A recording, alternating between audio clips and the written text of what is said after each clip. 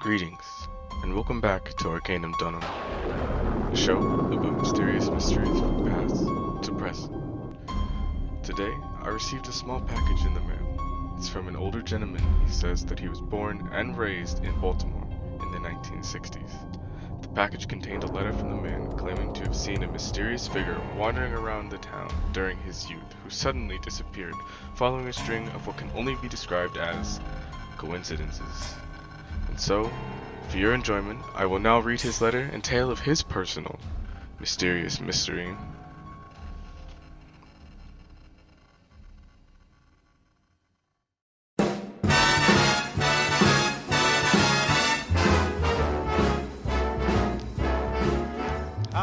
The year was 1967.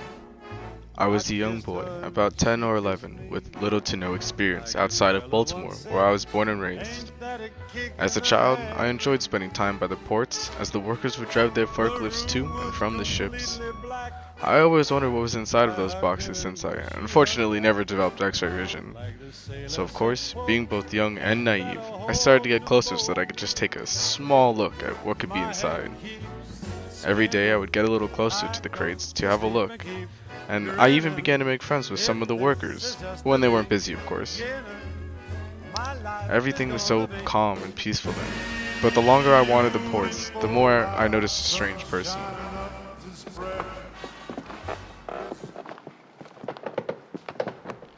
A tall person, dressed in all black from head to toe, wearing a scarf which would hang just slightly above the belt. They would always walk around in the same way, at the same time, with the same rhythm, and always in the same clothing. Unaware of any dangers at the time, I was of course extremely curious as to their intentions, so I began to follow them around. The dark figure would walk up and down, and up and down, over and over again, going from dock to dock. Each time looking out over the water, just for a moment, only to turn back and walk slowly to the next one. Eventually, they would reach the end of the dock and swiftly leave. No one around seemed to notice at the time, and I assumed it was because they were just minding their own business. But after 3 weeks of following them around, I got curious as to where they would retreat after their daily ritual. My parents, however, wouldn't allow me to go any further than the docks, as our house was nearby and because of the recent riots that had just broken out. If I wanted to find out where this mysterious stranger was going, I was going to have to break a few rules.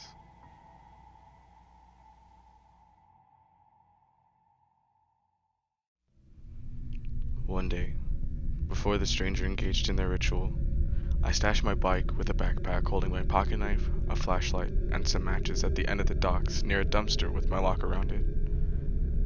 After some time had passed, I first saw them walking from the harbor east. Up and down, they made their way to the end of the port and began to make a swift retreat back towards the roads.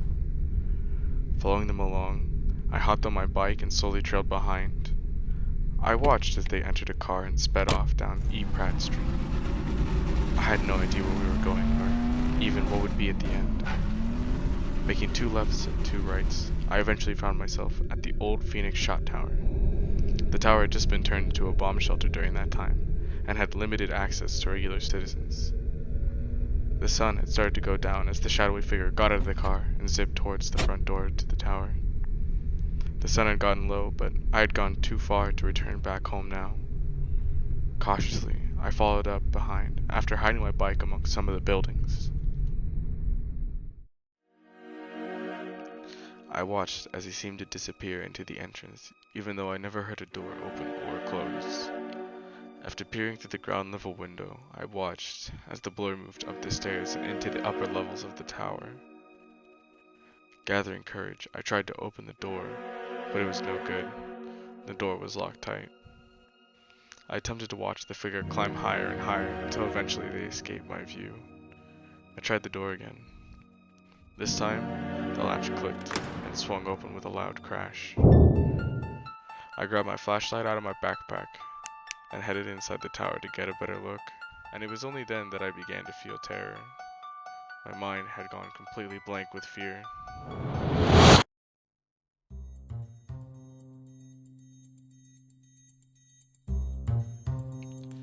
that is all the time we have for today. I hope that you enjoyed today's episode, and please join us next time as we conclude this letter. Thank you for keeping in check with the world of the paranormal, of the things that go bump in the night, and of course, the mysterious mysteries that inhabit our world.